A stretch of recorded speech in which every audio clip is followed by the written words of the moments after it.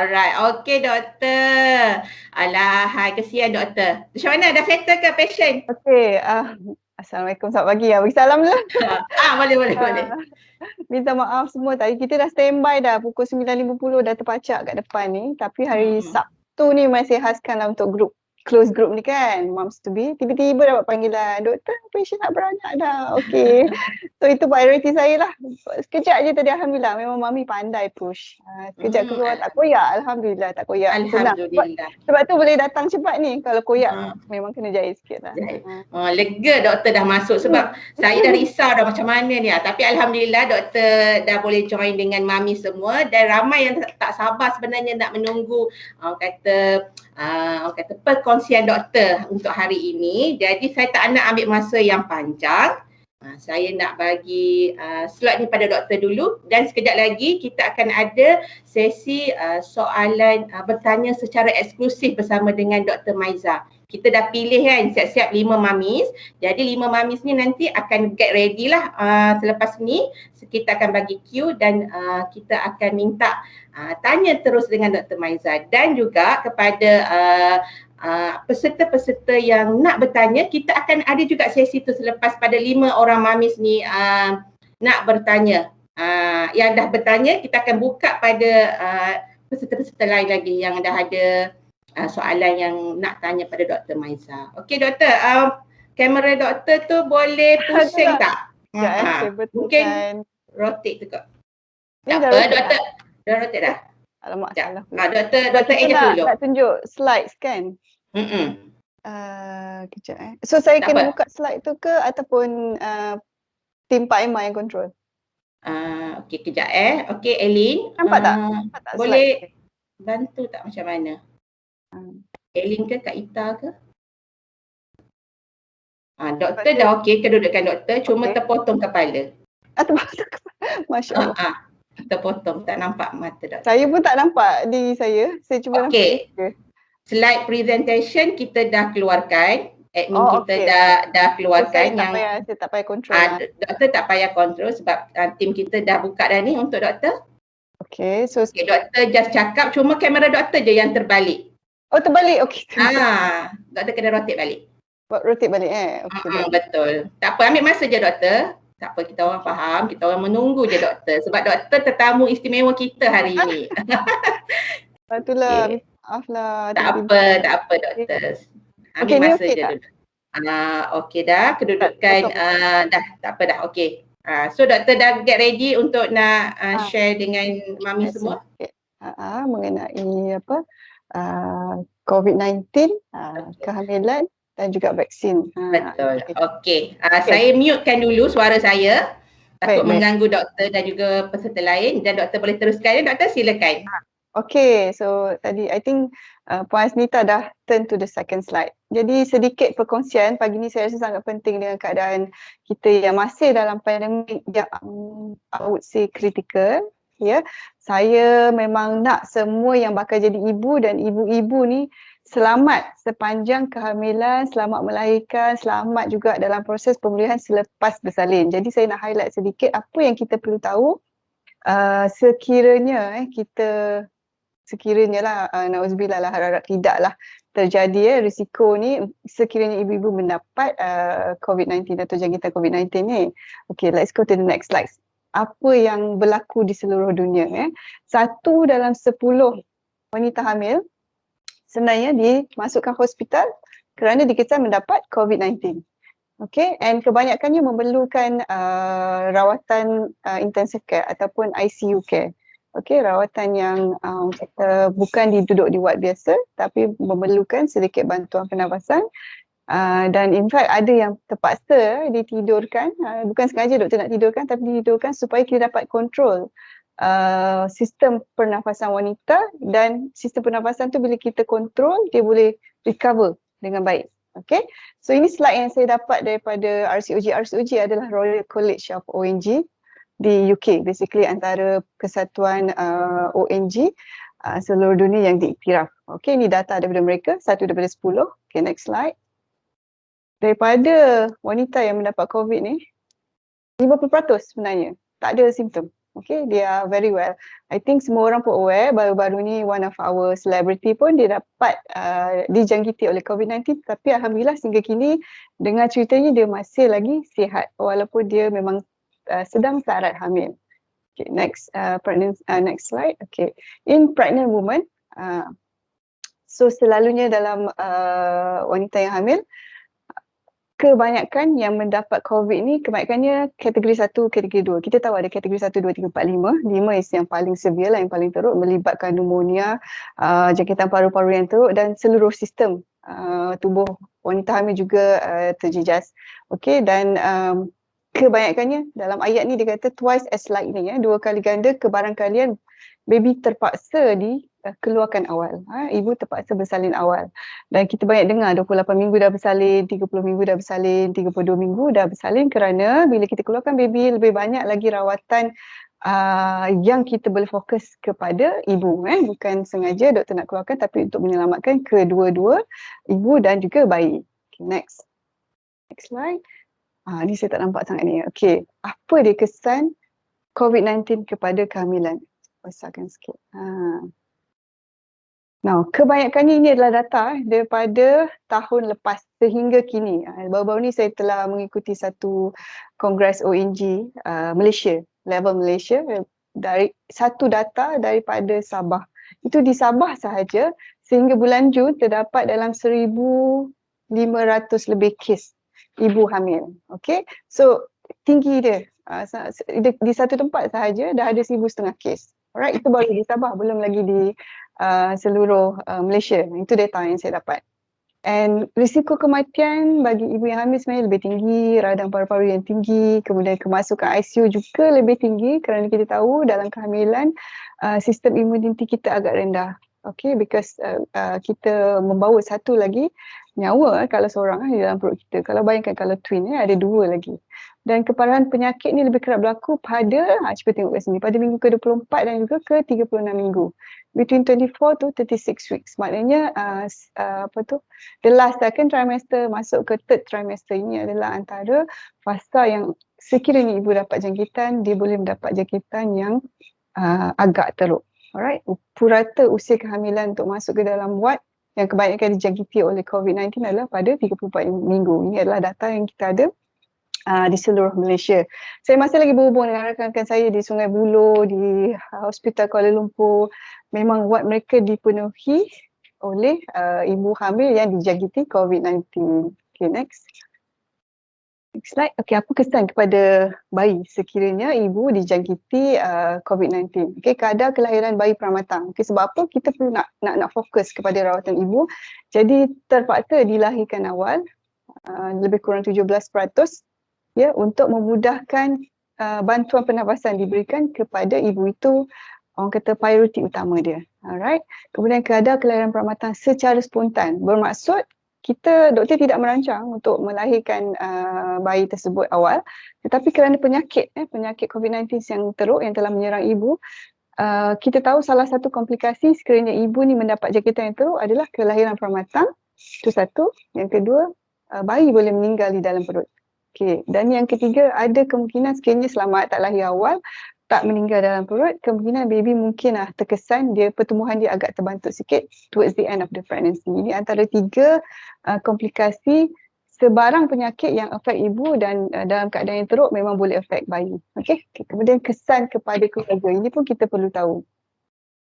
Suami tak boleh jumpa isteri, keluarga pun mungkin di quarantine sebab ibu dah positif kan. Dan ada possibility ibu tu sebagai vektor pembawa atau ejen pembawa penyakit COVID-19 kepada ahli keluarga yang lain. Next. Okay, apa akan berlaku kalaulah saya, contohnya saya pregnant, tiba-tiba saya dapat COVID-19, apa yang akan saya lalui? Ini adalah orang kata experience siapa yang pernah melalui dan kebanyakannya memang dirawat di hospital kerajaan yang lebih pakar dalam menangani pandemik COVID-19. Tidak dinafikan ada juga ibu yang saya rawat di Prince Court, di orang kata pusat perubatan swasta.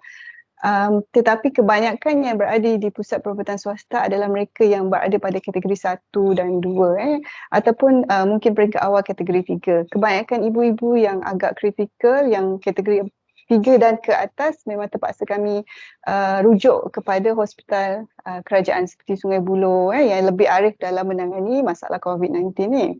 Jadi ini yang akan ibu lalui. Okay, ibu terpaksa diasingkan, pergi ke hospital COVID-19, ibu kena jalani tempoh rawatan sampai sihat, which is sometimes dia ambil masa yang panjang. Kita pernah dengar ada ibu yang sampai 2 bulan di hospital, okay, sampai daripada baru early third trimester sampai bersalin di hospital. Okay, suami dan keluarga kontak rapat pun tak dapat jumpa, kena quarantine, radang paru-paru, and masalah risiko darah beku. Okay, one of the complication yang menyebabkan actually kematian ibu ketika mendapat COVID-19 ni ialah masalah darah beku. Ini berdasarkan orang kata pemantauan rakan-rakan saya yang bekerja di hospital kerajaan, memang masalah ibu dia dapat darah beku. So bila darah beku ni pergi ke paru-paru, memang dia block paru-paru, memang akan mendapat masalah pernafasan dan ibu boleh collapse immediately sekiranya kejadian ni berlaku. So memerlukan ICU, bantuan alat pernafasan, risiko kematian dan juga risiko kelahiran pramata. Next slide.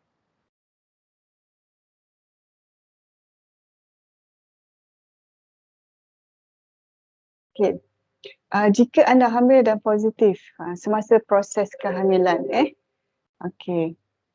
Selain daripada diasingkan, ada juga segelintir kes. Kebanyakannya kalau ikut protokol Malaysia memang perlu melalui pembedahan cara kelahiran tu. Kecuali ibu datang dah memang dah orang kata kepala kat situ dah, orang kata fully memang perlu bersalin, kita terus sambut.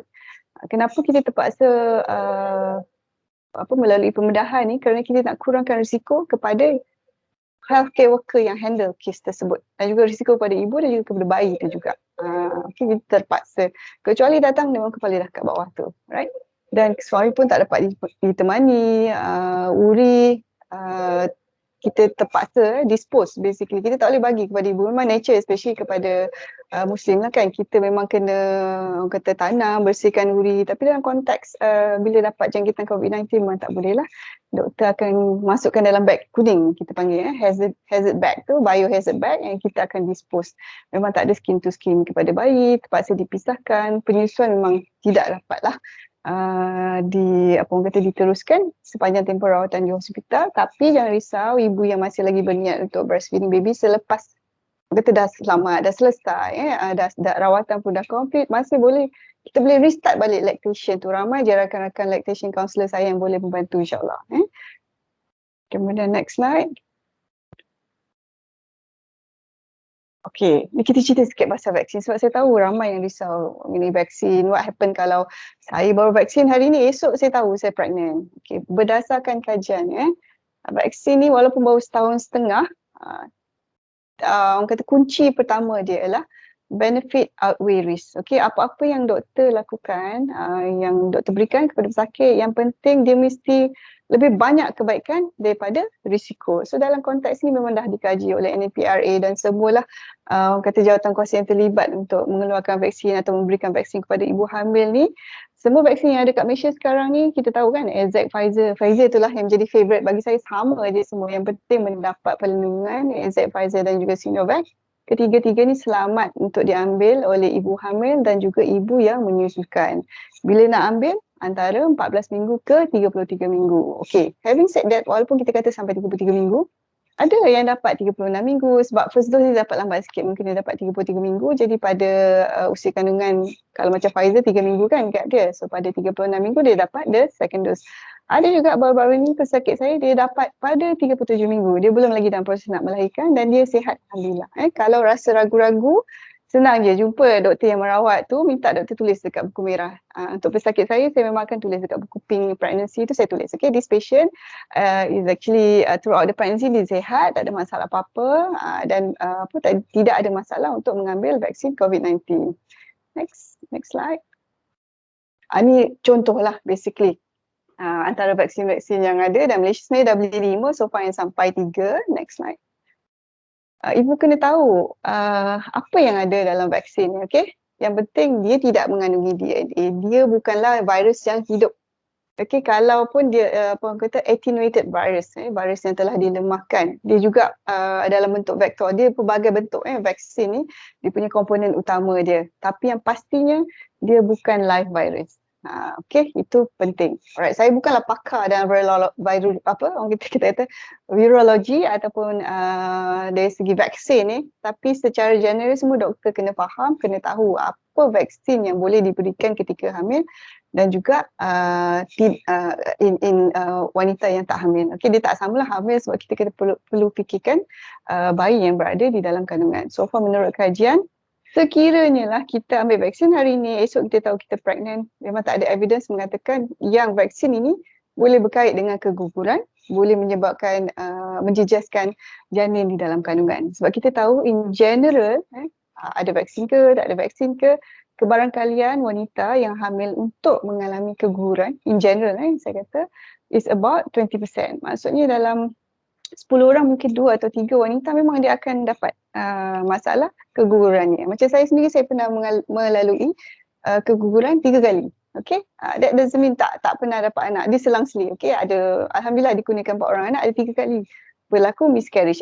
Miscarriage atau keguguran ni semua berlaku, untuk saya berlaku pada first trimester. Jadi so far memang tidak ada data mengaitkan vaksin COVID-19 ni boleh menyebabkan keguguran. Okay, next. Ni saya highlight semua data. Bukan saya yang cakap ni. Ni adalah data daripada kajian klinikal yang dikumpulkan di seluruh dunia, basically seluruh kebanyakan negara-negara luar, dan juga data daripada kita sendiri. Dia tidak mencacatkan janin, tak ada evidence so far, tidak menyebabkan keguguran ataupun pendarahan, tidak menyebabkan kelahiran pramatang. Vaksin tidak, saya highlight ni, vaksin tidak menyebabkan kelahiran pramatang, tetapi jangkitan COVID-19 tu sendiri, macam saya cerita tadi, boleh mengakibatkan kelahiran pramatang. Dia tidak menyebabkan peningkatan penyakit pada ibu mengandung, tidak mengganggu ibu dalam proses pemulihan berpantang, tak beri kesan kepada bayi, dan tidak juga mengganggu kualiti dan kuantiti susu ibu. Macam tadi saya dengar ada satu perkongsian tu, bila dia dapat vaksin je, dia balik, dia rasa macam sebab baby tak nak susu kan, so dia dapat bengkak susu. Now, saya rasa ada, ini saya dengar sendiri daripada patient, ada segelintir yang diberitahu di PPV puan bila dah dapat vaksin ni, puan tak boleh menyusukan 2 jam, tak boleh menyusukan 3 jam, tak boleh menyusukan selama 2 hari. Saya minta maaf, saya tegur sikit, itu salah. Fakta itu adalah tidak benar. Boleh je teruskan penyusuan dalam kita punya protokol, kita ikut protokol government KKM yang dikeluarkan pada 23 Jun, dah sebulan lebih dah yang lalu. Dia tidak mengganggu susu, dan tak perlu pun nak kena break. Okay, 2 hari tak boleh breastfeeding, salah tu ya. Boleh teruskan seperti biasa. Next slide. Siapa yang perlu ambil? Ini penting. Healthcare worker memang kena ambil. Frontliners basically perlu ambil. Semua wanita yang merancang untuk hamil, kerana apa? Kita nak ibu-ibu yang bakal jadi ibu ni pun sihat ketika hamil dan bersalin pun tanpa ada sebarang komplikasi, insyaAllah. Wanita yang sudah melahirkan dan sedang menyusu boleh ambil, tak ada masalah. Okay, ketiga-tiga vaksin ni memang telah diluluskan oleh kita punya jawatankuasa, selamat untuk ibu hamil dan juga untuk menyusukan. Next slide. Okay, ni saya senaraikan sikit siapa sebenarnya kalau pregnant tergolong dalam kumpulan berisiko tinggi. Untuk ibu yang berusia lebih daripada 35 tahun, BMI dia lebih daripada 30 kg per meter square, maksudnya ada masalah overweight ataupun obesity sikit, ada masalah sakit jantung, tuberkulosis, masalah basically masalah paru-paru, asma, anemia, teruk, pesakit HIV, dan semua yang saya senaraikan ni semua adalah dalam kumpulan berisiko tinggi. Bermakna sekiranya telah dikonsult oleh doktor, memang doktor yang merawat, doktor sakit puan memang akan suggest, okay, puan adalah high risk, jadi puan perlu ambil vaksin untuk melindungi diri puan dan juga supaya kehamilan tu tidak lagi berlaku sebarang komplikasi bila dijangkiti oleh COVID-19. Ya betul, bila kita dapat vaksin tidak bermakna kita akan bebas daripada mendapat jangkitan COVID-19. Kita masih lagi boleh dapat. Okay, cuma bezanya yang ibu yang dah dapat vaksin dengan yang tidak dapat vaksin, dos yang dapat vaksin ni dia punya jangkitan dia tak teruk. Okay, mungkin kategori 1 ataupun kategori 2.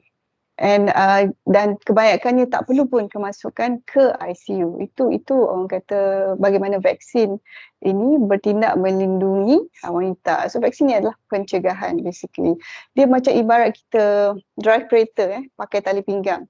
Bayangkan vaksin tu tali pinggang. Alright, dia memang tak boleh cegah kemalangan. Maksudnya kita tak boleh mencegah kematian dan tak boleh mencegah kemalangan.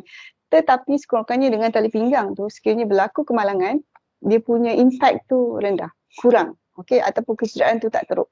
Sama juga dengan vaksin, so bila dah dapat vaksin, sekurang-kurangnya impact kepada jangkitan COVID-19 tu tidak seteruk bagi ibu yang tidak mendapat vaksin. Next slide. So sebaiknya bila nak ambil, sebaiknya sebelum pregnant lah. Kalau dalam protokol yang kita ada tu pun sebaiknya untuk TTC, especially those yang trying to conceive, kumpulan wanita, bagi saya ni kumpulan istimewa yang saya juga rawat yang memang tengah plan nak pregnant. Because sekarang ni tak ada jangka masa, bila dah dapat second dose, kena tunggu 2 bulan, 3 bulan. Tolong betulkan data tu berdasarkan guideline yang terbaru yang dikeluarkan pada 23 Jun tahun ini, iaitu KKM yang keluarkan. Dah dapat je second dose, you tak payah delay pun you punya plan untuk pregnant. Anytime can get pregnant, boleh jumpa balik doktor yang merawat kesuburan tu untuk plan pregnancy. Okay, so always talk to your doctor. Alright, even CDC control of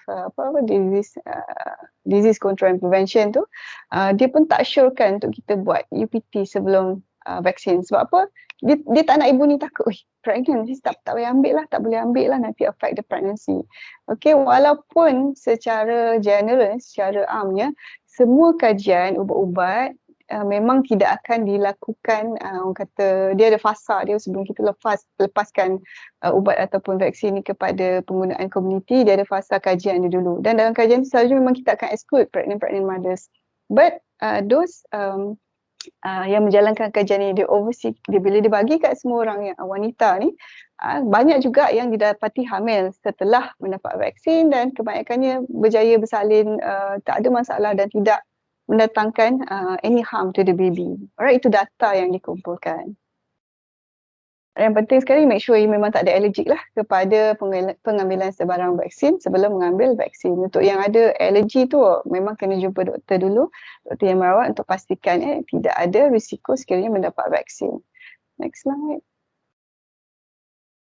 Ni, okay, ni kita highlight balik bila nak ambil. Antara 14 ke 34 minggu. Sekiranya paling lewat pun ada juga yang 36 ke 37 minggu masih boleh dapatkan the second dose. Just talk to the doctor, insyaAllah doktor akan bantu, dan sekiranya aim kita ialah untuk melengkapkan 2 dos supaya kita dapat the highest immunity as possible untuk ibu-ibu yang hamil. Next slide. Okay. Ini again, the same thing. Sekiranya anda tergolong dalam kumpulan healthcare worker yang sangat berisiko, contoh di overseas kan, regardless of the trimester, dia akan bagi juga. Okay, sekiranya sangat high risk, macam doktor yang berkhidmat memang direct jumpa dengan pesakit COVID ni, kalau ikutkan first trimester pun dia bagi juga. Okay. Kemudiannya macam saya terangkan tadi, risiko miscarriage tu is actually lebih kepada general risk. Tanpa vaksin pun masih ada risiko untuk dapat miscarriage. So far tak ada data yang mengaitkan vaksin COVID-19 ni dengan keguguran. Next slide.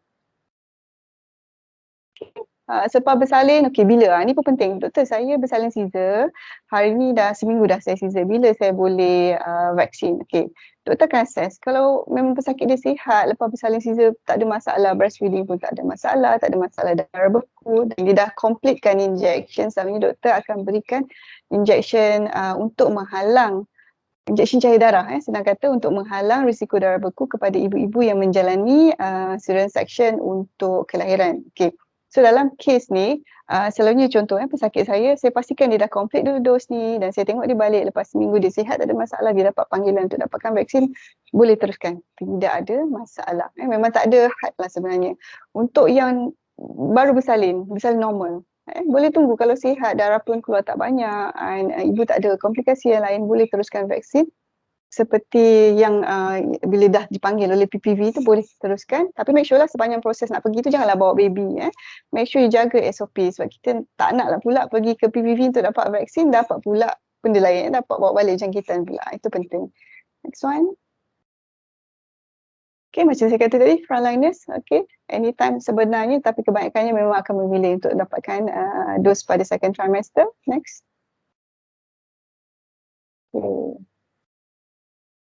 Now, kalau dapat first dose, tiba-tiba selang seminggu dah pregnant. Bila nak dapat second dose, usually memang kita akan advise selepas 14 minggu. Alright. Next one. Okay, ini is actually one of our guidelines sebenarnya. Saya screenshot, saya letak sikit kat sini bila nak dapat. So again, saya ulang semula. Sekiranya dah hamil, vaksin first dose atau second dose antara 14 ke 33 minggu, boleh di-extend sampai ke 36 minggu jika ada keperluan dan mendapat persetujuan daripada doktor yang merawat. Okay, sekiranya dah pregnant before first trimester, baru dapat first dose vaksin, tiba-tiba pregnant, tangguhkan the second dose pada 14 minggu ke atas. Kemudian, next slide. Okay, ini pun satu lagi persoalan doktor. Saya ada masalah RH negatif. Maknanya jenis darah dia bukan O positif, tapi O negatif ataupun A negatif ataupun AB negatif. Okay, ada tak masalah kalau saya ambil rogam, sebab rogam ni nak prevent immunization kan kepada kehamilan yang seterusnya. Sebenarnya tak ada masalah, boleh ambil sebab dia dua-dua tu adalah different mechanism dan dia tidak mengganggu tindak balas imun terhadap vaksin. Sama juga during pregnancy, I think ibu pun tahu dia memang akan dapat tetanus, ATT, suntikan ATT. Siapa yang follow up di hospital kerajaan akan dapat suntikan ATT. Kalau macam kat tempat saya ni, kita bagi satu dos je. Sama juga, one of the component is tetanus. Kita bagi Tdap, pertussis, diphtheria dan tetanus. Nama ubat tu Boostrix lah, kat sini kita bagi vaksin. So berdasarkan ni yang dikeluarkan oleh JKJAV kita, Jawatankuasa Vaksin kita, kalau baca yang kat bawah ni, pemberian bersama vaksin lain atau ATT bersama dengan vaksin COVID-19 sama ada secara serentak ataupun bila-bila masa sebelum atau selepas vaksin adalah selamat. Tengok tu ayat itu dan tidak memerlukan penangguhan atau selang waktu tertentu. Maksudnya kalau pagi tu dapat vaksin COVID-19, petang tu nak ambil ATT, kalau berdasarkan garis panduan ni tak ada masalah. Alright, next.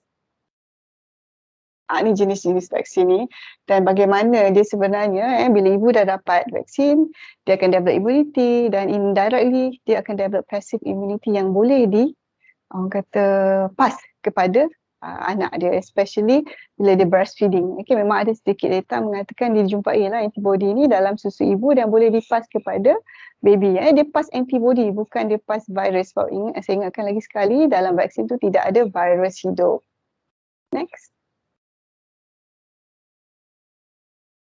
Ni pun macam saya kata tadi, pemberhentian susu ibu bila dah dapat vaksin tidak digalakkan di kalangan wanita menyusui. Boleh teruskan seperti biasa. Okay, apa yang kita bagi dalam vaksin tu dia tak boleh pun pergi kepada ibu, pergi ke dalam susu ibu ataupun sampai ke baby, tetapi antibody tu boleh berpindah secara pasif ke dalam susu ibu dan baby dapat.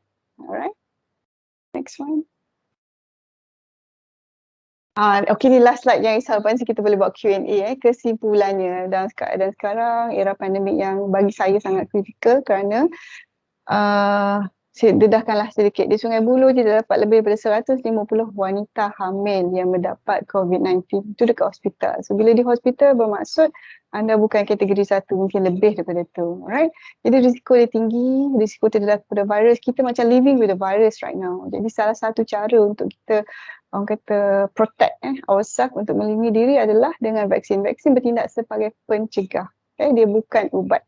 Dan kita pun tahu mencegah adalah lebih baik daripada mengubati. So sehingga kini walaupun baru setahun lebih vaksin yang dicipta ni, data klinikal sehingga kini membuktikan vaksin adalah selamat untuk ibu hamil. And last but not least, please remember apa-apa pun yang doktor buat, niat dia adalah untuk keselamatan ibu.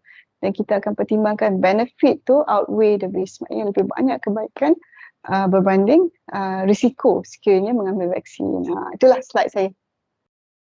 Dah habis dah slide. Okay, saya end up dengan vaksin demi masa depan. Itu sebab apa? Vaksin ni bukan saja melindungi ibu tapi juga our future basically, anak-anak kita. Okay, so untuk yang ibu yang masih ragu-ragu untuk dapatkan vaksin, tak apa. Ni baru dengar saya bercerita, saya berceloteh ni, boleh jumpa balik dengan doktor yang merawat sepanjang kehamilan ni, dapatkan nasihat. Ada soalan ni? Sekejap tadi ada call. Alright, okay.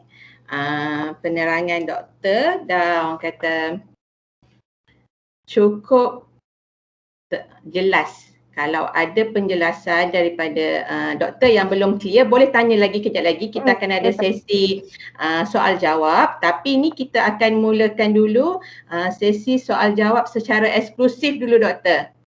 Kita dah pick up kita dah pick up 5 peserta, nama 5 peserta yang nak orang kata sembang-sembang lah dengan doktor. Jadi kita nak minta mami-mami yang dah bagi 5 nama pada admin kita untuk get ready ya, sebab kita dah nak mulakan sesi bersama dengan Dr. Maiza.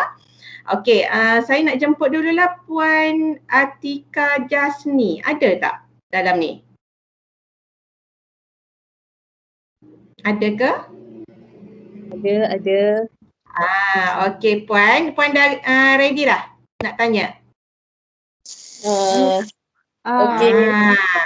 Okey, persilakan dulu Puan Atika, kalau ada soalan nak tanya dengan Dr. Maiza boleh bertanya, dan lepas pada ni kita akan buka balik pada peserta yang lain. Okey, Puan Atika dipersilakan tau.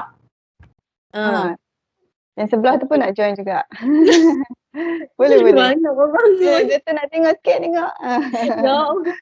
Orang bangun masalahnya anak-anak ni, ya Allah. Okey. Assalamualaikum doktor.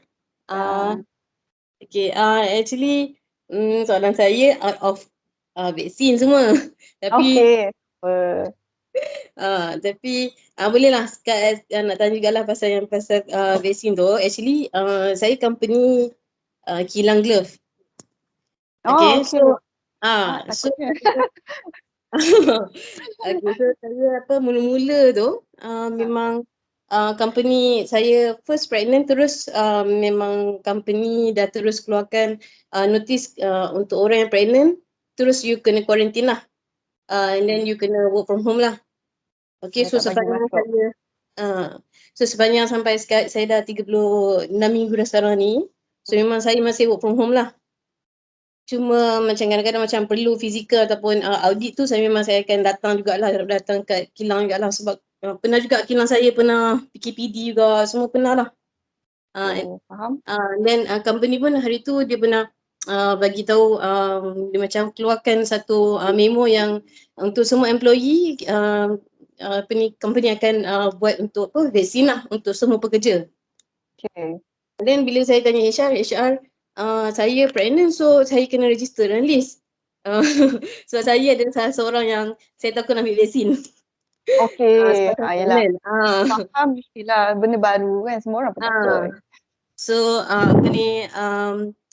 then masa tu saya tanya HR kata, you pregnant tak payah dululah, dia kata. So sampai sekarang saya tak ambil vaksin lagi lah. Sebab saya baru je dalam minggu ni juga PPV ada call, so lastly saya ada juga lah register untuk vaksin.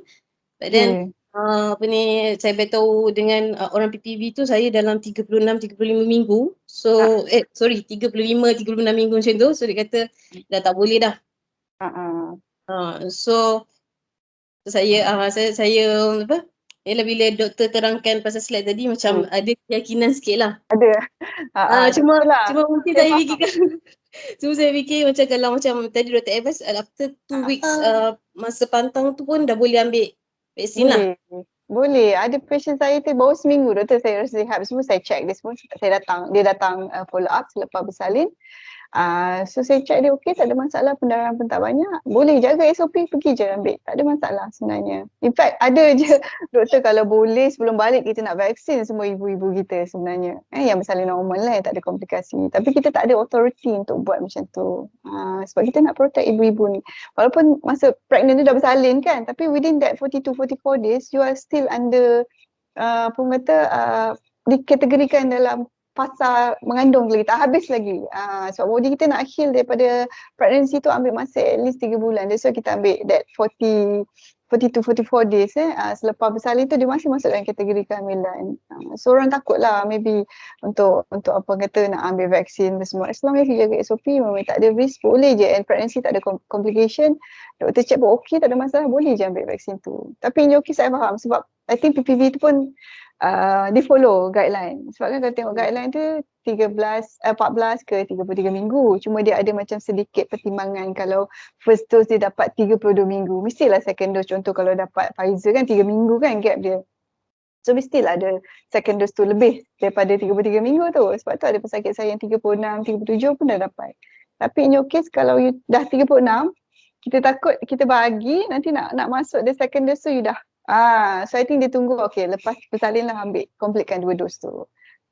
So apa orang kata guideline tu very clear tapi dia bergantung juga kepada yang menjaga tu lah, doktor yang masa dekat PPV tu. So dia orang memang follow guideline. Unless you dapat black and white lah daripada doktor you kata okay bagi juga. If you are tergolong dalam grup yang sangat high risk yang memang ada exposure, I think okay sebab ada rumah kan, rumah tak ada exposure, tak perlu pergi ke kilang, then boleh tangguhkan selepas bersalin. Dan nak bersalin dah dekat dah kan, dah 36 weeks. Itulah, harap-harap semua went off smoothly, bersalin pun normal, tak ada masalah. Okay, terima kasih doktor. Sama.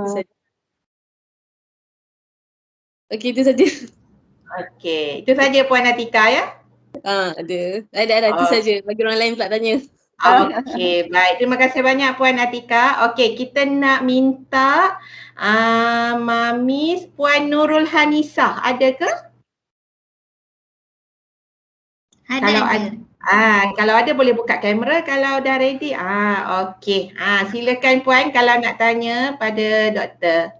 Nampak. Assalamualaikum doktor. Saya Assalamualaikum.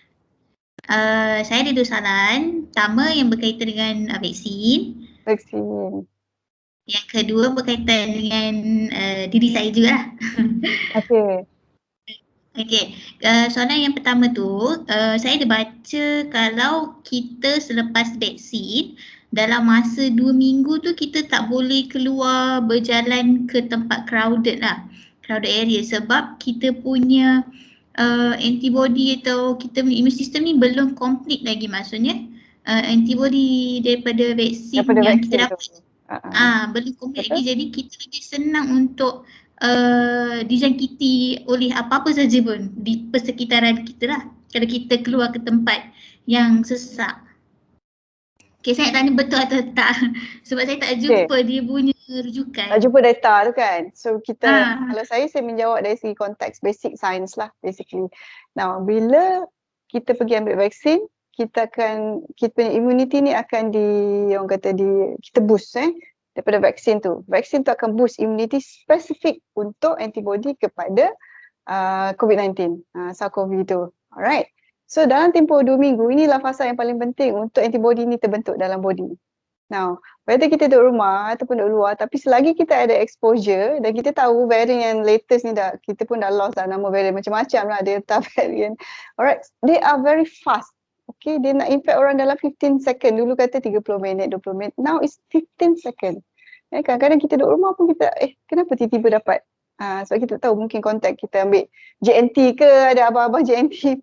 Orang kata dapat parcel basically. So ada juga yang dapat, dia tak tahu source dari mana. So yang dia cuma tahu dia duduk rumah, tiba-tiba dapat jangkitan. And bila dia fikir balik, itu je source dia dapat parcel. Tak adalah, bukanlah nak blame the one yang menghantar. Dia pun tak tahu because the virus is within us nowadays. So sebaiknya, whether you dapat vaksin ke, tak dapat vaksin ke, you still kena jaga SOP. Tak ada keperluan, tak perlu keluar. Kalau boleh order online tu lebih baik daripada pergi on the spot. Kata nak pergi pasar, nak beli barang. Semua kan, kalau boleh limit lah, pergilah seorang je. Kalau yang dah berkeluarga, ada suami ke atau anak yang dah besar ke, biar dia seorang je pergi. So sekurang-kurangnya dia dah kurangkan satu risiko untuk orang lain dapat dia seorang. Bukanlah nak suruh dia pergi dapat risk tu, tapi dia pun pergi dengan menjaga SOP basically. Ni ada juga saya tengok yang bawa anak-anak kecil, masih ada lagi. Tolong jaga, kita sama-sama jaga. Sebab sekarang benda tu is within us, kita kena live with it. So jaga SOP. Selagi kita tak capai that herd immunity, kan kalau boleh lindungi, tak ada keperluan, tak payahlah keluar. Tapi faktanya memang betul, dalam tempoh 2 minggu barulah kita develop immunity terhadap COVID-19. But that doesn't mean bila kita dapat vaksin ni, immunity kita kepada penyakit-penyakit lain tu turun pula. Tak, yang tu maintain, body kita memang ada dah immunity tu. Alright, and selalunya side effect dia mungkin 1 atau 2 hari. Macam saya, first dose okay, second dose je malam tu orang kata demam kura-kura. Yelah dia sebab the second dose dia boost lagi immunity tu untuk develop lebih banyak. Sebelum tu dah dapat dah sikit kan, dia nak boost lagi banyak.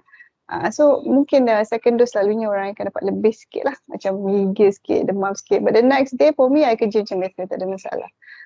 So lain orang lain respon dia betul. So keyword dia kat sini, betul 2 minggu barulah ada antibody tu fully kita dapat maximum effect daripada COVID-19. But keyword number 2 tu, jaga SOP tu penting. Tak ada keperluan, tak perlulah keluar. Jadi ada 2 soalan Faham. Betul rasa. Soalan yang kedua, saya minggu ni minggu 28 kehamilan. Okay. Dan saya seorang yang memang ada tekanan darah rendah dan itu adalah normal bagi saya. Pada minggu ke-24 saya tak ada protein dalam saya punya urine. Okay. 1+. 1+, jadi saya kena monitor every week lah, saya kena pergi buat urine test dan BP. Tapi saya pergi BP saya kalau biasanya sebelum saya mengandung 90 lebih per 60. Itu dah saya punya normal lah. Untuk puan, puan comel je kan, kecil je. Jadi bila ada 1+ tu, saya punya BP dia akan jadi 105, 110 macam tu. Dia still okay lagi lah. So dalam 3 minggu tu saya ada 1+. Lepas tu lagi next 3 minggu saya jadi N balik normal. Tapi minggu ni pula tiba-tiba jadi plus / minus. Saya tak faham tu. Oh plus minus, maknanya dia macam tak clear lah, maybe trace lah maybe. Ini perception saya sebab saya tak tengok kan result tu. Oh jadi itu yang sebab saya waktu awal 20 minggu yang ke awal tu saya memang ada kaki bengkak, memang teruk juga. Tapi disebabkan saya punya BP tu nurse kata normal, jadi saya tak ada apa-apa, sebab saya risau yang pre-eclampsia tu. Jadi tapi tak ada apa-apa kot kan, saya tak perlu risau benda tu. Sebab nurse kata saya punya blood pressure normal macam tu, okey je kata. Ni anak first anak first.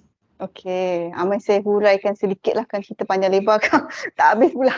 Okay, anak first memang ada risiko untuk dapat darah tinggi dan spektrum yang paling hujung dia adalah pre-eclampsia. Pre-eclampsia di mana darah tinggi pun lebih daripada 140/90, 140/90. Bawah tu normal, lebih daripada 140 mm merkuri tu tinggi. Kemudian ada protein pula dalam air kencing. Okay, tu satu. Nombor tu, protein dalam air kencing ataupun albumin dalam air kencing ni sebenarnya banyak faktor lain, bukan setakat disebabkan oleh preeclampsia, but of course preeclampsia will be our number 1 priority. Kita nak exclude tu dulu sebelum kita exclude benda-benda yang simple. Sebagai contoh, paling common is actually jangkitan kuman. Kalau ada jangkitan kuman pada air kencing pun boleh dapat protein 1+. Selalunya tak tinggi, tak sampai 3+ pun. Okay, trace ataupun 1+. Alright, so dua fakta ni. So in your case, benefit pula. Your advantage is blood pressure masih lagi maintain sebenarnya. And simptom-simptom dia boleh dapat macam pening, sakit kepala yang teruk, mata kabur, sakit ulu hati, lepas tu tiba-tiba muntah. Itu simptom darah tinggi yang teruk, yang dah ke arah preeclampsia. Okay, so selalunya, lazimnya lah doktor akan investigate further. Air kencing ni kalau setakat 1+, 1+, 2+, kita nak quantify banyak mana air kencing ni ada protein sebenarnya. So usually apa yang kami lakukan, kita kumpulkan air kencing tu, kita hantar ke mak-mak, kita nak check berapa banyak protein ada dalam tu. Sebab bila kita pakai strip tu, dia cuma boleh bagi secara kasar kan, 1+, 2+, tapi kita tak tahu berapa gram. 20, 30, 300 mg. So signifikan dia bila ada 300 mg protein dalam urine. Itu baru kita kaitkan dengan darah tinggi yang teruk tu, preeclampsia. So I think based on sebab saya tak check puan, tapi secara kasar apa yang informasi yang saya dapat ni, insyaAllah lah, most likely simptom pun tak ada, tekanan darah masih maintain. Cuma air kencing kadang-kadang okey, kadang-kadang kotor sikit. So mungkin semasa pengambilan sampel tu ataupun mungkin masa tu ada jangkitan kuman sikit. Okey, tapi kita akan tetap pantau. Usually doktor memang tak kira siapa lah, bila anak first ni memang ada risiko darah tinggi, kita pantau sampai hujung. Bila kita rasa suspicious je boleh dapat preeclampsia tu, adalah investigation yang lebih lanjut yang doktor akan check, dan adalah juga tindakan susulan yang doktor akan lakukan. Kalau darah tinggi makin naik tinggi lebih daripada 140/90, doktor akan start ubat darah tinggi. Okay, kalau teruk sangat tu sampai protein banyak, 2 gram, 3 gram dalam air kencing tu, kemungkinan dah kena bersalin awal. Dan selalunya kalau darah tinggi yang teruk ni memang affect baby lah. Baby pun tak grow, baby kecil comel je. Sepatutnya kalau cukup 38 minggu, berat dia selalunya 2.83 kilo. Maybe patient yang dapat late onset preeclampsia, preeclampsia yang dikesan lewat lebih 34 minggu tu, mungkin baby dia kecil je, mungkin 2 kilo je. Itu signifikan. Itu secara kasar ni lah. Okay. Jadi saya tak perlu risau lah. Perlu pantau. Perlu pantau. Kena pergi check up juga lah setiap ni lah. Minggu ni check up. Okay. Okay, terima kasih doktor. Okey, terima kasih Puan. Okey, kita nak kepada Puan Nur Amira Azmi. Ada ke? Puan Amira Puan Nur Amira dah get ready. Okey, Puan boleh buka kamera, boleh buka untuk sesi dengan doktor. Okey, boleh. Penting. Okey. Boleh sambung. Siapa tadi? Amira. Amira. Okay, Assalamualaikum doktor. Salam. Okay, cuba nak tanya pasal vaksin. Ni cuma macam pengetahuan je lah.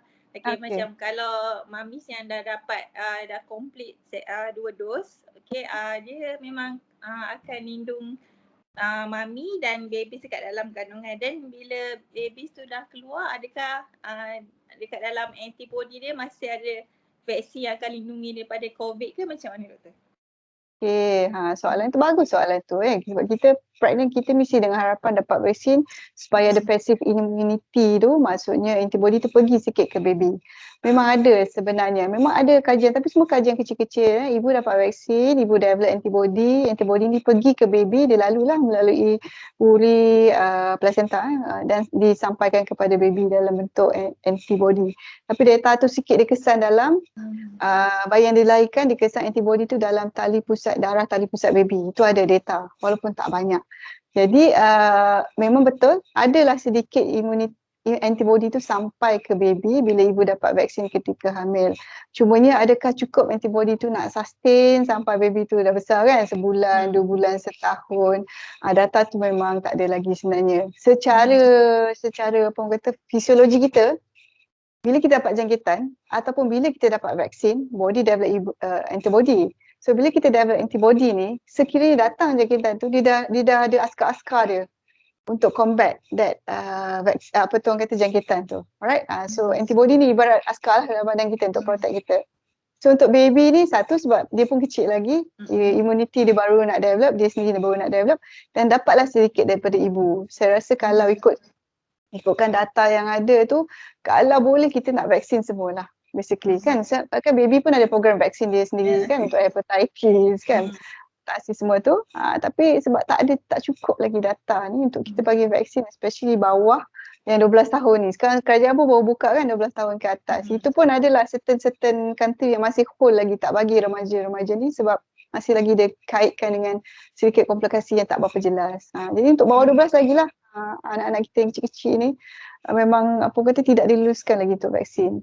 Jadi kelebihannya ibu yang saya rasa kita take it as a positive thing. Kalau ibu ni dah dapat vaksin ketika hamil pula tu, insyaAllah ada possibility at least sedikit lah passive apa orang kata immunity tu, dia turun ke baby sedikit antibody tu, dan mungkin adalah sedikit perlindungan kepada baby. Dan ibu juga yang tak dapat vaksin ketika hamil, jangan risau kan, lepas habis pantang, bukan habis pantang, semasa dalam pantang tu boleh ambil vaksin bila sekiranya ibu ni sihat, tak ada masalah.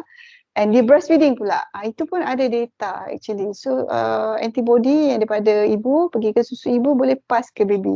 Antibody yang dipass ke baby bukannya kandungan vaksin tu, jangan risau. Itu memang ada data juga, walaupun tak banyak data, tapi inilah sedikit sumber yang kita ada ni sekurang-kurangnya buat kita rasa confident nak protect diri kita dan anak-anak kita.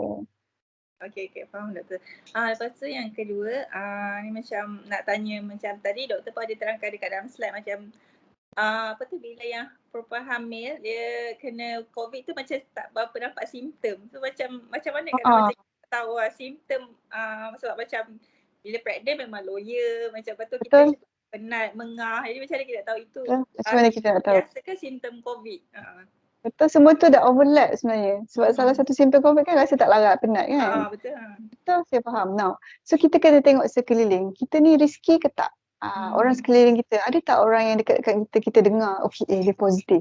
Sebab sekarang dah ada kit kan yang pakai air liur je, tak payahlah nak pergi. Wah, 30 lebih saya dah tengok dalam apps My Sejahtera tu. Tolong update semua orang yang dengar ni, tolong update apps My Sejahtera. Memang dah ada satu kata bahagian tu yang whether yang you boleh beli kit ni murah 30 lebih untuk home testing. Okay, so kalau kita rasa suspicious, kita ada exposure, ada rakan-rakan kita yang kita baru jumpa sehari dua, itu clue kat kita. Sebab kalau nak based on symptom susah sikit lah kan, ibu hamil ni macam overlapping. So kita kena sentiasa peka dengan orang sekeliling siapa yang kita jumpa. Kalau boleh duduk rumah je, work from home kalau boleh. Kita pun faham. Ada yang perlu keluar macam rakan-rakan saya. Kita semua yang kerja frontline ni terpaksa lah. Kalau tak siapa nak jaga patient. Ya, betul. Okey, itu je lah soalan saya. Terima kasih banyak. Sama. Okey, untuk mami yang keempat Puan Ainina Syazwani, dah get ready ke? Puan Ainina Ainina. Ada ke? Ada. Okey, Puan boleh buka kamera kalau tu untuk tanya soalan pada doktor. Silakan. Okey, Assalamualaikum doktor. Assalamualaikum Puan Ainina. Baru tengah pregnant anak first, baru 29 minggu. 29 minggu. Okay, saya pun baru lepas cucuk vaksin Pfizer semalam. Alhamdulillah. Tahniah. Alhamdulillah tak ada apa. Saya berkaitan dengan diri saya lah. Yang pertama, saya ada terbaca mengenai ubat dalam Facebook ibu mengandung lah yang Ganilia. Ganilia. Sekarang ni saya makan Ibret. Kalau sebelum masa mula-mula pregnancy. Betul. Saya konsum juga Ganilia ni. Okay. So dari segi ubat ubat untuk ibu yang ada masalah darah hemoglobin rendah ataupun anemia, terma medical kita panggil anemia in pregnancy lah. Okay, kena faham semua ubat-ubat yang dikeluarkan oleh kerajaan ke ataupun hospital swasta, dia memang ada iron dalam tu. This is actually bukan ubat lah, sebenarnya it's actually supplement, antenatal supplement. Okay, dalam bila kita dapat ubat, kita baca tau dekat dia punya content tu memang one of the important component adalah folic acid dan juga iron ataupun zat besi. Okay. Contoh-contoh nama glamour dia adalah kita ada Iberet, Obimin Plus, apa lagi, Ganilia, Singobion, Zinc Copper, banyak nama ni. Semua ni adalah antenatal supplements untuk ibu-ibu hamil. Dalam dia memang mengandungi iron. So iron dia ada 3 jenis persediaan lah.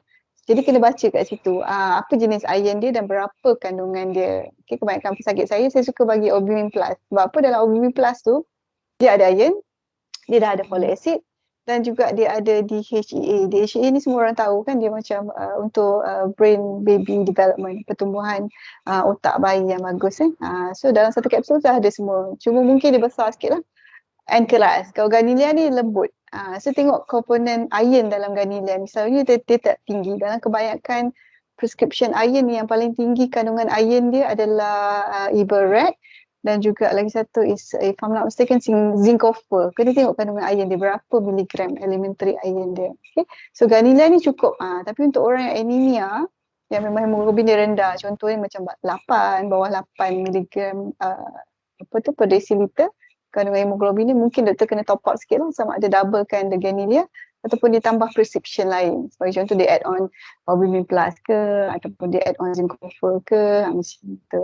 So tengok dalam tu memang actually the main component dia adalah iron. Ada orang dia makan Obimin Plus tu, ada patient saya dia tak tahan dia gastrik. So kita tukar kepada contohnya Iberet. Sebab Iberet ni dia kata macam dia ada Granumet teknologi, so dia more gastric friendly, dia kurang sikit masalah gastrik untuk ibu-ibu yang ambil iron supplement. So banyak jenis sebenarnya. Soalan kedua saya, doktor ada tips nak naikkan HB selain daripada makan sayur? Okay, penting tu. sayur. Okay, number one. Tak boleh makan sayur Tapi memang yelah macam Popeye kan. Dah banyak iron dalam bayam. So selain daripada tu ke kacang, telur, bilis, semua ni banyak kandungan iron dia. Cuma cara kita masak lah basically selain daripada pemakanan kan, susu semua cara kita ambil tu basically. Now iron ni dia tak boleh ambil sekali dengan kopi.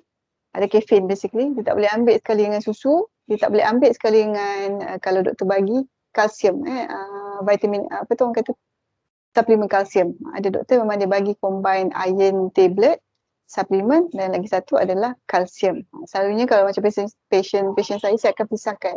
Contohnya ambil iron tu pagi, yang ada kandungan iron tu pagi, kalsium tu petang sikit.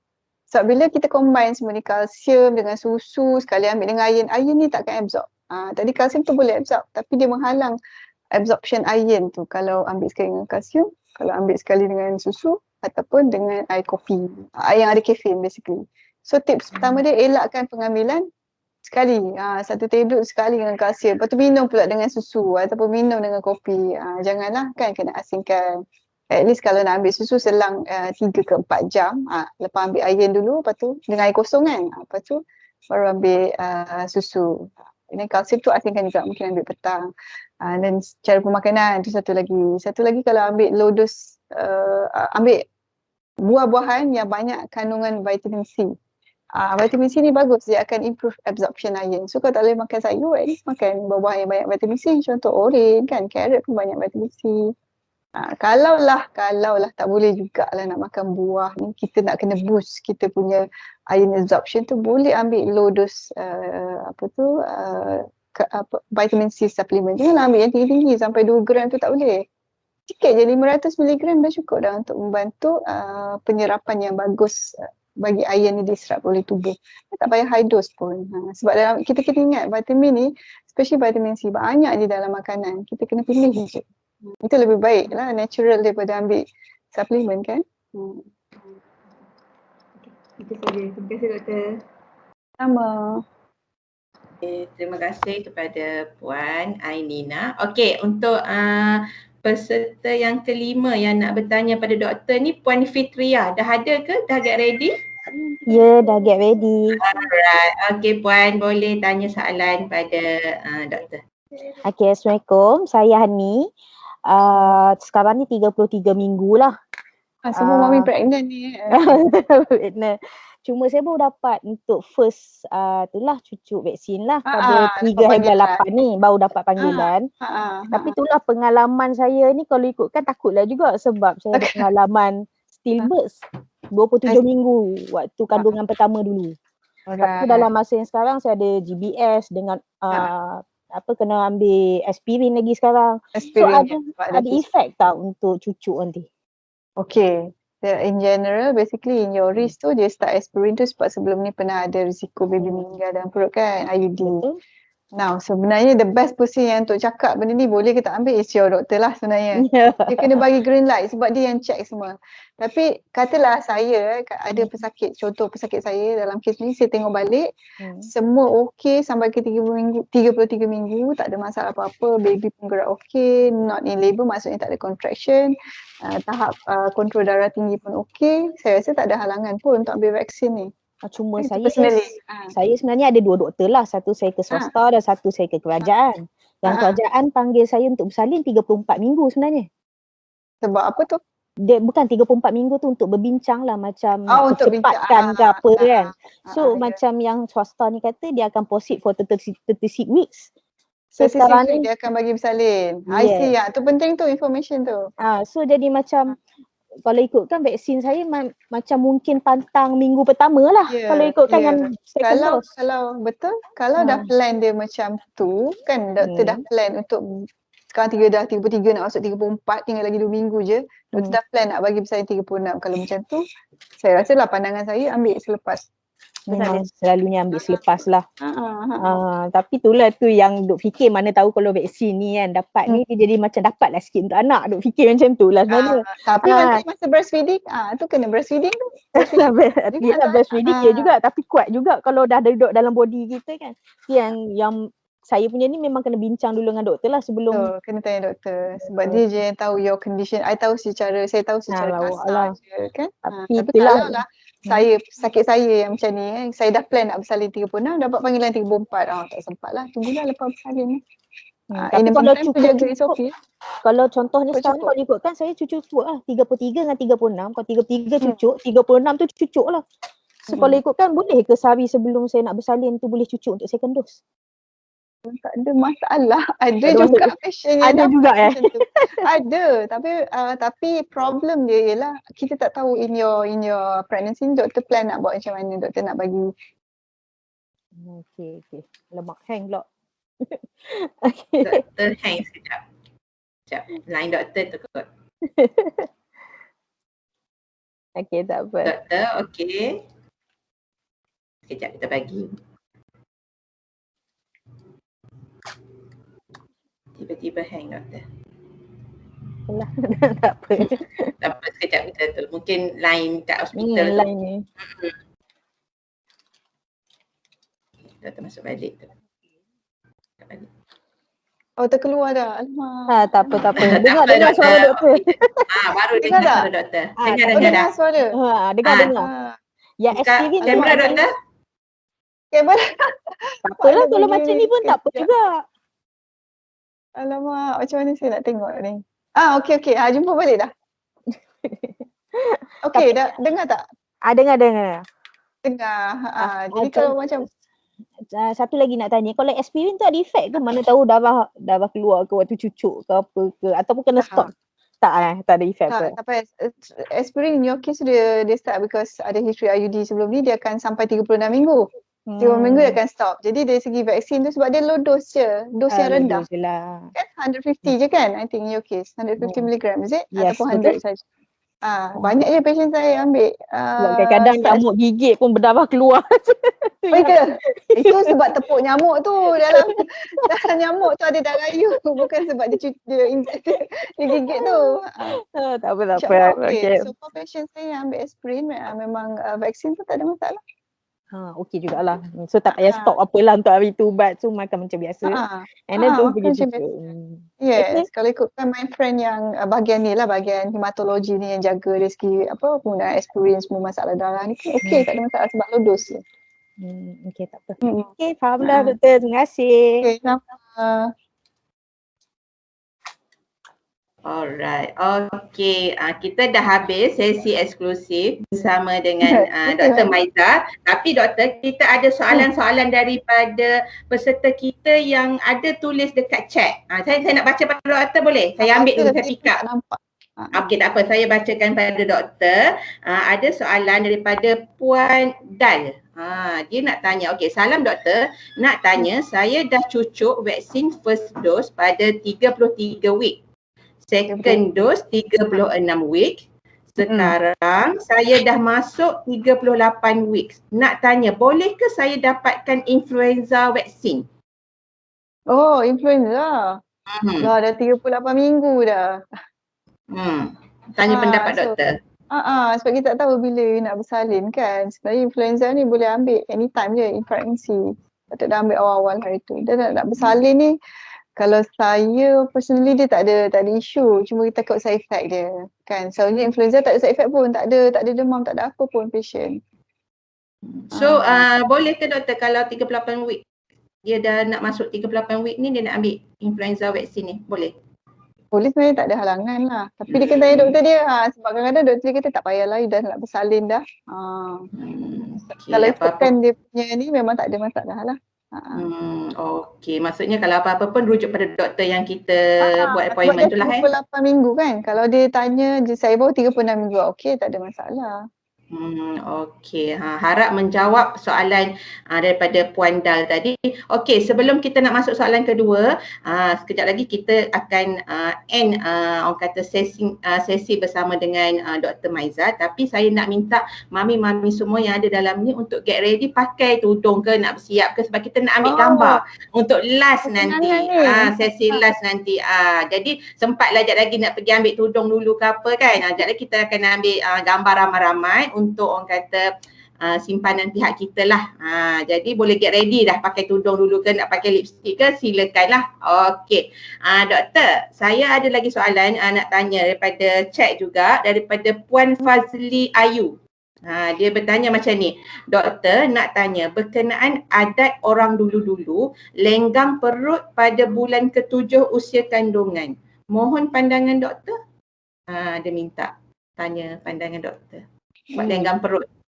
Lenggang perut. Sebenarnya okay, to be frank, kita raikan, kita hormati, kita raikan setiap kata kita punya tradisi. Dulu ada macam-macam kan, dengan perut lah macam-macam during pregnancy. Kalau doktor dia tak ada halangan as long as dia tidak orang kata melibatkan urutan di perut yang kuat, menyebabkan baby sampai kurang gerak, berlaku pendarahan, pun kata membuat stunt ataupun aksi-aksi yang boleh membahayakan ibu dan juga kandungan. Contohnya, tak tahulah mungkin certain position kan dia kena mengiring yang agak ekstrim ke, itu kita tak galakkan, doktor tak galakkan.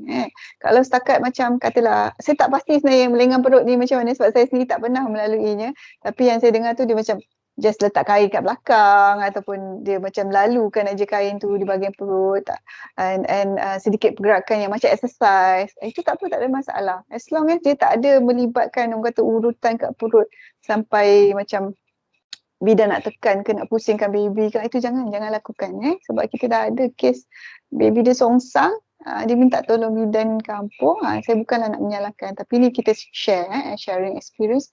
Tolong nak pusingkan. Lepas tu datang ke hospital, dah berlaku pendarahan yang teruk dan baby meninggal dalam perut. Jadi berhati-hati. Kita raikan semua tradisi. Semua ni cuma kena ingat jangan sampai orang kata mendatangkan mudarat kepada ibu yang hamil tu. Memang seronok lah diraikan kan, buat majlis, kenduri doa selamat. Tapi saya rasa yang paling penting tu kenduri doa selamat. Untuk selamat kelahiran tu. Jangan buat apa orang kata stunt ataupun aksi-aksi yang membahayakan ibu dan juga janin.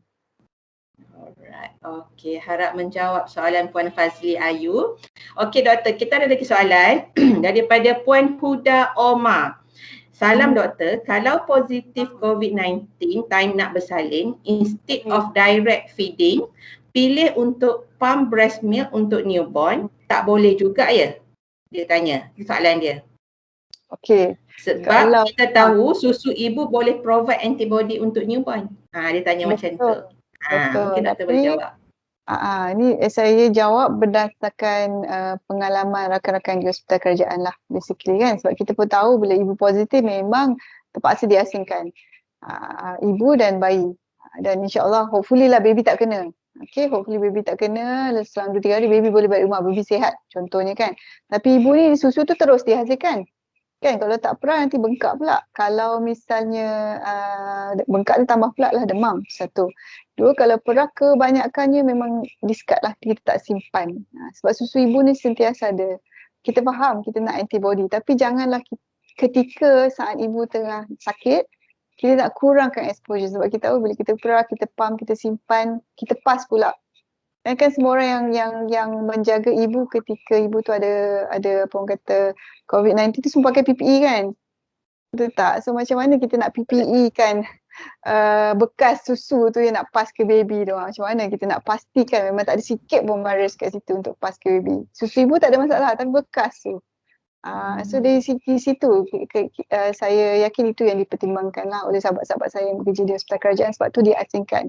Tapi ibu jangan risau, kita always can, kita panggil relactation, kita restart balik because kita dah ada hormon tu. Pastikan diri kita sihat, pulih, kemudian dah discharge, okay direct susu kepada bayi. Jangan orang kata ambil risiko, faham semua nak susu ibu, nak yang terbaik untuk bayi. Tapi rawat diri sendiri dulu dan kurangkan risiko untuk pas kepada baby kita. Itu pandangan saya lah. Alright, okay. Ini soalan pada Puan Huda tadi, harap menjawab soalannya. Okay, ini daripada Puan Hafsah. Dia tanya, salam doktor, saya baru bersalin midterm miscarriage 22 minggu. Sekarang dah seminggu berpantang. Saya ambil vaksin first dose pada 21 minggu. Second dose appointment pada next week. Apa perlu saya buat? Postpone atau buat check up dulu sebelum pergi vaksin untuk next dose? Okay. Dia dah apa kata salam taziah lah in the first place kerana kehilangan pada second trimester ya. Dah dapat first dose, kemudian sekarang dalam proses pemulihan dah seminggu selepas melahirkan. Now basically sama juga konsep dia macam selepas bersalin, yang kalau bayi tak ada masalah ya. So kalau sihat tak ada masalah, dah jumpa doktor, saya cadangkan jumpa doktor. Sebab kebanyakan yang mengalami masalah baby meninggal semasa second trimester ni, kita takut ada masalah jangan kata kuman ataupun masalah lain yang mungkin agak serius. Jadi doktor, saya rasa pandangan saya jumpa balik doktor yang merawat tu, boleh tak puan untuk ambil the second dose tu. And pastikan bila nak ambil tu sentiasa jagalah SOP. Sebab kita, again saya ulang balik, kita takut nanti dapat pula jangkitan, bukan dapat vaksin sahaja. Okay, so saya cadangkan jumpa balik doktor yang merawat tu untuk pastikan, tanya balik adakah keadaan puan, sebab saya tak tahu keadaan puan macam mana, sesuai untuk ambil second dose atau tidak. Alright, okay. Doktor, ni saya ada nampak lagi soalan daripada Puan Liza. Dia tanya macam ni. Saya disahkan GDM dan doktor suruh saya kontrol makan. Minta kontrol makan, tapi saya baru je ada selera nak makan, tapi kena kontrol lah pula makan ni kan. Saya stres sangat dengan diet plan yang disarankan kepada saya. Sebab saya selalu lapar. Apa pendapat doktor lah untuk Puan Liza ni? Macam ni Puan Liza, jangan stres-stres, jangan sedih-sedih. Tujuan doktor tu sebenarnya nak protect ibu dan juga janin, bayi dalam kandungan. Sebab gula dalam ibu ni bila dia haywire, bila tengah langgang, ibu tak rasa apa-apa, yang efeknya adalah bayi, janin tu. So kadang-kadang yang berlaku macam isu baby meninggal dalam perut tu sebab sugar tu tengah langgang. Okay. Now dalam kes ni saya faham baru je nak berselera nak makan kan, tiba-tiba nak kena kontrol makan. Dia sebenarnya bukan kontrol very tightly control makan tu, pengambilan apa yang kita perlu ambil. Okay, makan tu, makan sebenarnya lagi satu, in pregnancy dia bukan makan untuk berdua, kadang-kadang kita silap konsep. Sebenarnya dia extra lebih sikit je, mungkin 200 atau 300 kalori bergantung pada condition ibu. Maksudnya lebih kurang extra 2 keping roti daripada kalori yang biasa kita ambil sebelum kita hamil.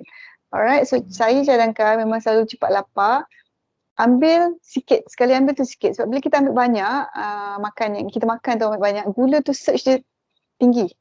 Cepat je dia naik tinggi gula. Alright, so bila kita ambil sikit-sikit, body sempat lah nak orang kata hadam, mengkompensate. So dia kenaikan dia pun tak berapa tinggi dan tidak boleh, dan tidak, insyaAllah tidak menjejaskan bayi. So small frequent diet. Maksudnya sikit tapi kerap. Boleh kerap 6 kali, 7 kali, orang kata frequent feeding kan. Bila baru nak dapat rasa, orang kata selera nak makan tu. Tapi pastikan apa yang kita ambil tu. Masalah kita faham, kita tekak Melayu kan, mesti nak nasi juga, mesti nak karbohidrat yang banyak. So kena ingat pengambilan dia mesti sama, suku separuh. Mesti dietitian tu dah list down apa yang perlu ambil.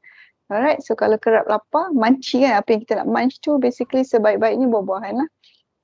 Lebih baik buah-buahan, sayur-sayuran. Okay, dan kalau ambil benda yang heavy tu macam nasi tu, itu yang kerap tu, itu yang akan naik tinggi gula. So boleh ambil, tapi orang kata satu, proses suku-suku separuh. Kemudian ni small frequent meal. Maknanya sekali ambil tu janganlah sekali sampai penuh sepinggan nasi tu. Itu yang akan naikkan gula tinggi. Kemudiannya selalunya lazimnya doktor akan suruh pantau gula juga. So macam saya, contoh pesakit saya, bila dia kencing manis, saya tak start lagi ubat, boleh kontrol dengan diet. Dan kebanyakan pesakit saya, dia ada mesin dekat rumah.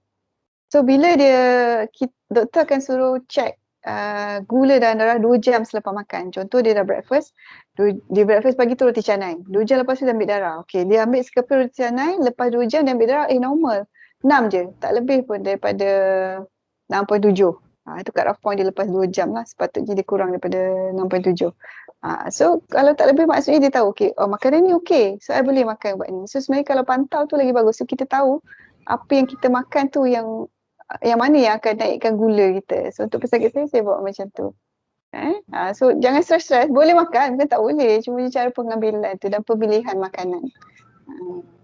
Alright, okay, harap menjawab pada soalan puan tadi. Okay doktor, ni saya nak tanya soalan yang last, tapi tak apa mamis, yang ada tinggalkan soalan di chat kita, yang tak sempat saya baca hari ni, jangan risau sebab kita akan bertanya pada doktor di ruangan, orang kata apa, kita akan bagi soalan-soalan mamis ni semua untuk doktor jawab untuk kolom doktor online di website Mum2Be. Jadi Dr. Maiza akan jawab secara bertulis dan mami-mami boleh tengok kat situ nanti. Sebab kita takut ambil masa yang lama doktor ni. Jadi saya akan baca soalan satu lagi untuk doktor ni dan selepas ni kita akan end live kita lah. Okay? Alright doktor, satu lagi soalan ni. Ni pun menarik, soalan daripada Puan apa tadi? Sekejap saya tengok balik namanya. Okey, Puan Naimah. Okay, sorry. Okay, dia tanya macam ni. Salam doktor, saya terkena chickenpox masa hamil 18 minggu. Cuma yang merisaukan saya sekarang, adakah akan efek baby sebab saya kena masa bila 20 minggu dan hanya sapu calamine dan makan Panadol. Antivirus saya tidak ambil. Doktor ONG ada minta saya buat detail scan masa 24 minggu. Mohon penerangan daripada doktor adakah akan efek baby. Sekarang saya baru 20 week dan sangat-sangat risau. Mungkin doktor ada tu sikit. Jadi saya dengar tadi informasi tadi dia kena chickenpox, Puan ni kena chickenpox pada 18 minggu. Right.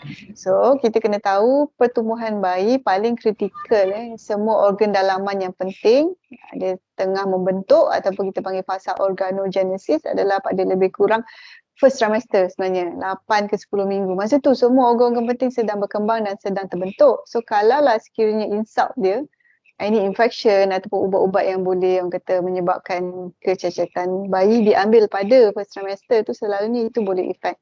Tapi I think in your case ni sebab 18 minggu kan. So insya-Allah lah dia semua dah terbentuk dah. Organ dalaman yang penting, bibir, muka, mata, orang kata jantung, semua struktur dalaman sudah terbentuk lengkap dah pada 18 minggu dan kebanyakannya memang doktor akan suggest untuk buat detail scan. Now tujuan detail scan ni adalah nak tengok semua struktur luaran baby structural problem sebenarnya. Kita tak bolehlah detect akan dapat autism ke kan, itu tak. Struktur baby dan mungkin kita tengok juga soft markers untuk predict sama ada baby ni boleh dapat condition lain, contoh syndromic lah, contohnya Down syndrome. Okay. So pun jangan risau. InsyaAllah kalau kena pada 18 minggu, semua organ semua dah terbentuk dah. Tapi doktor nak pastikan semua okey. That's why dia suggest untuk buat detail scan pada 22 atau 24 minggu. Nak tengok semua struktur lain. So kebanyakan sebagai contoh pesakit saya, dia kena pada 18, 20 minggu. Bila kita buat detail scan, Alhamdulillah tak ada apa-apa. Dan bila dah lahir pun memang tidaklah kata ada kecacatan dari segi luaran pun yang pada baby. In fact kalau kena chickenpox during pregnancy, kalau boleh tak nak kena kan any infection, tapi sekiranya kena ibu develop antibody tu boleh dipas kepada baby, so baby dapat antibody itulah. Alright, so pun jangan risau. InsyaAllah lah saya rasa berdasarkan pengalaman saya dah pembacaan based on fakta lah, sebenarnya bila dah 18 minggu semua dah terbentuk, organ dalaman luaran baby semua dah terbentuk, InsyaAllah tak affect baby. Mami jangan risau sangat, doa banyak-banyak, ikut cakap doktor tu, buat detail scan.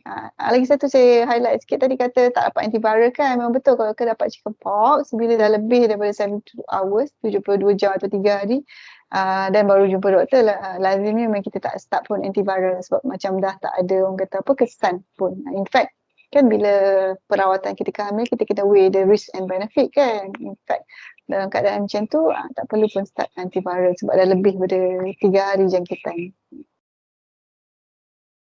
Alright, okey, harap menjawab soalan daripada Puan Naimah. InsyaAllah kita doa banyak-banyak, minta semuanya dipermudahkan. Okey.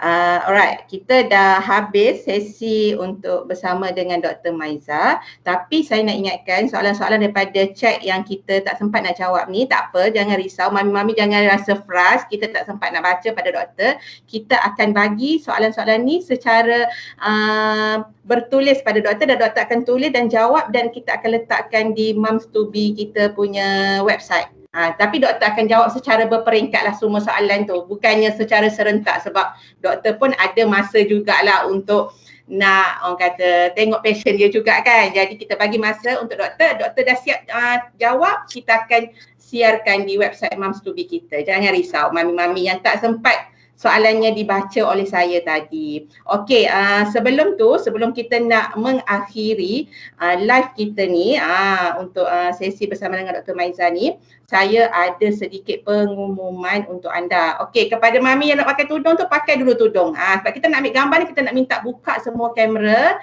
untuk ambil gambar kenang-kenangan lah bersama dengan peserta yang ada hari ni. Semua mami-mami semua hari ni orang kata sporting sangat kan. Jadi saya ada pengumuman untuk anda yang tak tahu lagi, kita akan ada satu free webinar. Ni pun antara webinar yang terbesar juga yang kita akan anjurkan nanti pada 5 September ini, hari Ahad. 5 September depan, bukan bulan 8, ada 1 bulan lagi lah kita akan buat free webinar, iaitu Mama Tak Penat Susukan Anak. Kita buat ni sempena menyokong penyusuan susu ibu. Jadi kita akan buat webinar ni secara percuma sahaja. Kalau ada mami-mami yang nak join seminar ni, kita alu-alukan sangat sebab ni adalah percuma dan panel-panel yang kita jemput sangat-sangat hebat. Nak tahu siapa? Salah seorangnya adalah Dr. Syekh Muzaffar. Dia akan berkongsi kata penyusuan susu ibu. Maksudnya sokongan dia sebagai seorang suami kepada isteri dia, Dr. Halina. Ni pun antara yang the best lah, Dr. Syekh Muzaffar ni. Kita dah minta dia sharing, dan juga Dr. Seri Suniza, Dr. ONG, dan juga rakan baik Dr. Maiza di Prince Court. Ni pun bukan calon-calon doktor sebab dia pun antara doktor yang hebat juga macam Dr. Maiza. Dr. Seri Suniza akan jadi panel kita juga. Dr. Hairin Anissa pun sama akan jadi panel kita juga untuk mengupas topik breastfeeding, dan juga Puan Asyah Maharam. Dia pun antara yang akan beri talk pada webinar kita nanti. Dan paling istimewa, webinar ni kita ada selebriti yang orang kata popular, iaitu Datuk Seri Siti Nurhaliza. Kita akan jemput dia juga untuk sharing dengan peserta-peserta webinar itu nanti. Senang sahaja, hanya macam mana nak buat. Boleh tengok di poster kita, admin kita akan letakkan di ruangan chat poster webinar tu pada 5 September 8.30 pagi hingga 6.30 petang. Kita buat satu hari, kita akan ada sesi lucky draw dan juga sesi sharing ni lah kita akan ada. Jadi memang menarik, hadiah-hadiah lucky draw pun insyaAllah kita akan berikan yang terbaik untuk peserta-peserta yang akan join nanti. Percuma sahaja, infonya sambil-sambil dekat rumah, sambil-sambil layan anak boleh dengar. Dan nak daftar, cara nak daftar boleh tengok di apa orang kata poster kita ada juga link yang kita sediakan. Kalau nak tengok secara lanjut, kita ada di Facebook kita pun kita dah war-warkan poster ni. Boleh klik je terus orang kata link untuk toko ID aktif kita, dan juga orang kata klik situ untuk buat pendaftaran. Dan orang kata nama puan semua-semua akan automatik lah berada dalam simpanan pihak kita, dan kita akan invite nanti untuk sesi webinar itu nanti. Kalau nak, kena cepat-cepat daftar sebab kita buka secara percuma, dan orang kata selagi ada tempat kosong kita bagi. Dan kalau tak nak daftar, tak nak klik-klik susah banyak sangat tu, boleh scan je QR code dekat poster kita. Terus dia boleh mendaftar lah sebagai peserta webinar kita nanti. Jadi mami jangan lupa sebab kita ada 5 panel yang hebat ni. Datuk Siti, Dr. Syekh Muzaffar, Dr. Seri, Dr. Hairin, Puan Asia. Jadi rugilah sebab benda ni kalau orang kata nak pergi dengar seminar yang biasa-biasa kena berbayar. Ni kita bagi free sahaja. Nak terus daftar, boleh je daftar terus habis event ni, kita terus daftar. Sebab ni 5 hari bulan 9, hari Ahad, hujung minggu juga kita buat. Dan ada lucky draw yang best untuk mami-mami yang join ni nanti.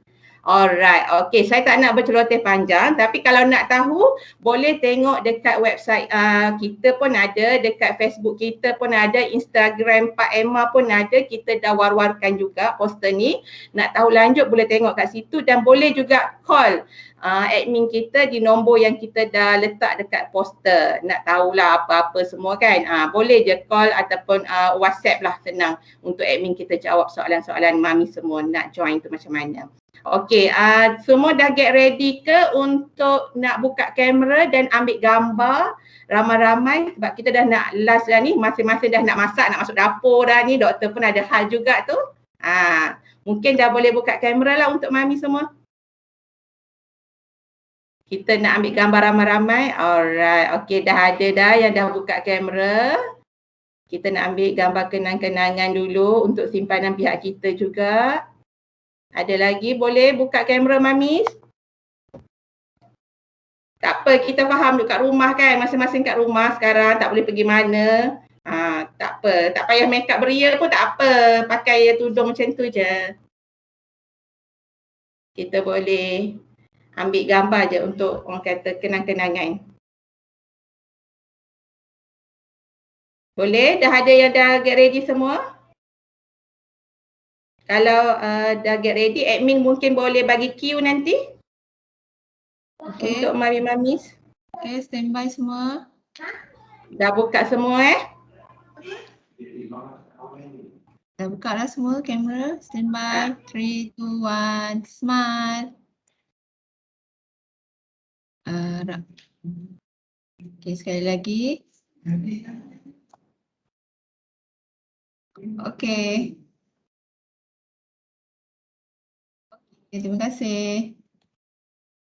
Okey, thank you semua kepada mamis yang orang kata sanggup meluangkan masa, sanggup menunggu kehadiran doktor walaupun doktor ada emergency case tadi. Terima kasih banyak-banyak Dr. Maiza kerana sudi juga meluangkan masa dengan kita. Risau dah saya tadi doktor tak masuk. Dijangka kan? Betul, benda yang tak dijangka kan. Tapi terima kasih juga kepada mami semua yang sporting, yang sanggup menunggu doktor untuk nak mendengar penerangan doktor. Terima kasih sangat-sangat kepada semua yang join hari ini dan insya-Allah kita akan berjumpa lagi untuk seminar ataupun webinar yang akan datang. Tapi saya nak bagi tahu sekali lagi ni, kalau nak join webinar yang saya dah umumkan tadi, yang saya dah cakap tadi, mama tak penat menyusukan anak tu, terus daftar sebab ni percuma saja, tak ada bayaran. Dan panel-panel yang kita tampilkan pun adalah panel yang hebat untuk anda dan memang tak rugilah kalau anda nak join kali ni sebab kita buat 5 hari bulan 9. Tak apa, kalau mami yang tengah pregnant ke, yang dah bersalin ke, tetap boleh join sebab kita buat secara online sahaja. 1 hari 8.30 hingga 6.30 dan ada juga sesi lucky draw yang menarik hadiah-hadiah yang kita tawarkan. Okey, terima kasih kepada semua mamis. InsyaAllah kita akan berjumpa lagi di orang kata hari lain dan juga untuk tajuk yang lain. Kalau ada lagi orang kata permintaan untuk bersama dengan Dr. Maiza, insyaAllah kita akan panggil lagi Dr. Maiza sekali lagi. Boleh ke doktor? InsyaAllah. Dr. Maiza pun suka, kita pun lagi suka dengan doktor. Okey, terima kasih banyak-banyak mami. Saya akhiri dengan ucapan terima kasih dan assalamualaikum. Bye.